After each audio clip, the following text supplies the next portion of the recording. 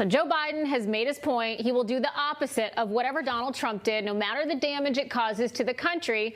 Case in point, the border. The Department of Homeland Security canceled all remaining border wall contracts in the Laredo and Rio Grande Valley sectors last week, despite thousands more migrants making their way here. Not only that, but the increased National Guard and Texas State Police presence that protected the border for most of the summer has all but disappeared. Just 6% of those reinforcements remain, leaving miles of our border exposed to more drug cartels and crime. Former President Trump said it best at his Save America rally over the weekend. Biden has systematically reversed every border security policy that we had in place. Oh, they were so good. You know, I say, and I mean it, if Biden would have just gone to the beach, just take it easy, enjoy the surf, you'd have a great border today because it was getting better and better and better. Well, joining me now is Texas Congressman Randy Weber. Congressman, it's great to see you. Thanks for being with us tonight. Well, thank you, Jen and Eric, for having me. Good evening. You know, Trump said it best. If Biden had just gone to the beach, we wouldn't be in this situation. Enjoy the surf. Relatively okay, right? Yeah. So, I mean, here we are. You and your colleagues a number of times have made recommendations. This is what we need to do to get this crisis under control. Kamala is off hanging around with school kids. She's not hanging out at the border. She won't go there. Biden, we don't know if he's ever been to the border. So it's really in the hands of the governors right now to take some action here and at least try to curb this crisis. How do you think we do that? Well, first of all, Biden is what I'd call borderline certifiable. Did I say that on national TV? But anyway, he's kind of been to that border. Listen, I'm from Texas. I served 4 years in the Texas House. I was on the border committee. If people knew how bad it is down there, how much violence is coming across, they've stopped the construction of the wall because of what they call environmental impact they want to do. What about the impact to the environment of Americans when they've got criminals coming across? They've got fentanyl in record cases coming across. What about the school kids? Jen, they're bringing in thousands of school kids. Somebody's going to have to educate as many as sometimes 7 or 8 complete school districts in a month or in a couple of months. Who's going to pay for that? Biden doesn't care. All he wants to do is open up this border like this country, like the European Union, where anybody can come in, and it's scary, scary, scary. Congressman, you know, Texas has a massive budget. Multiple billions of dollar budgets. Now, we know it is the job of the federal government to protect the border, to keep us sovereign. I get that.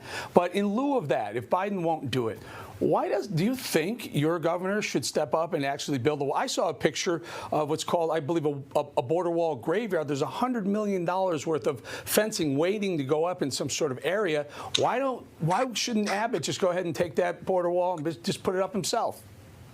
Eric, you're hitting right at the crux of the matter. I've said for a long time with the overreach of the federal government, the way it's been unfolding the last 5-10 years, at some point, civil disobedience becomes the order of the day. I think it's up to the Texas governor to tell the federal government, stay out of our state. We're going to secure our border. We don't need you.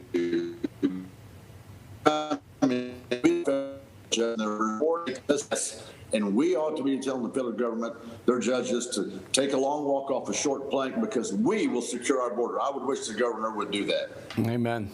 Amen.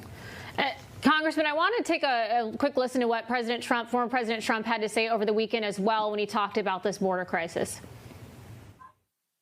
Other countries are emptying their prisons and sending their murderers and drug smugglers and child abusers into the United States. We are becoming a dumping ground. We are a dumping ground for very, very serious criminals. I mean, your reaction to that, you mentioned it earlier, but I mean, there are so many people coming. There's even more on their way, and we don't know who they are. Jen, they're not getting tested for COVID. And if you think about even the kids, if you thought about it from the kids, I was on the Pub Ed committee for 4 years in the Texas House. We've got 5.5 million students K through 12 in Texas. We've got over 1,000 school districts. If you did that math, the average school district is 5,000 kids. Well, there's a lot of counties in Texas that don't have that many. They've got more cattle than they do people. So we'll bump that up to 10,000. When you bring in 70,000 unaccompanied minors in a month, Jen, you just brought in 7 complete school districts that somebody has to educate. And guess who pays?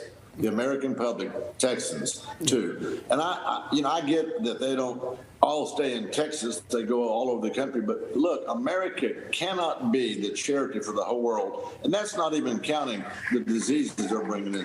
They're bringing in all kinds of measles and chickenpox, things we hadn't said in years. Yeah. And yet Biden is content and meanwhile, to just open the border. No vaccine requirements for them, but the Border Patrol has to go and get vaccinated. Yeah, think what a travesty that is. Think what a travesty that is. You're seeing this with Southwest Airlines today even. You're seeing pilots who aren't going to comply with those issues, those mandates. You're seeing the president who's trying to tell people Americans have to have businesses have to mandate them. And Custom Border Patrol agents, he's telling them they can't ride horses, they can't protect our borders. And yet he's going to let all these illegals in. This guy's got his priorities way off backwards. Congressman, I think it's important. Jen's been to the border dozens of times. I've been to the border. You lived at the border and were part of the border control. Sir, I think America needs to understand why we can see pictures of sometimes 400, 500, and 600 people sitting in an area with 1 or 2 Border Patrol agents with them.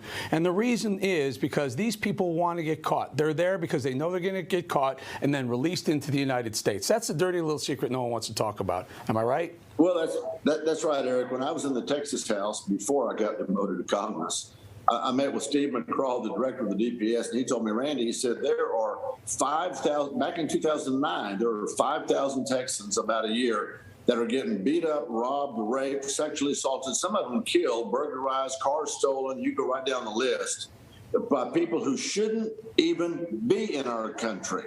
And so what they're doing is all the ones who want to be here, they're running to the Border Patrol. The drug lords and the villains and the criminals, they're going around that process so that one of the Border Patrol agents are dealing with, quite frankly, playing babysitter. Then the criminals and the violence are coming in downstream from them. It's a travesty what Biden is allowing to happen.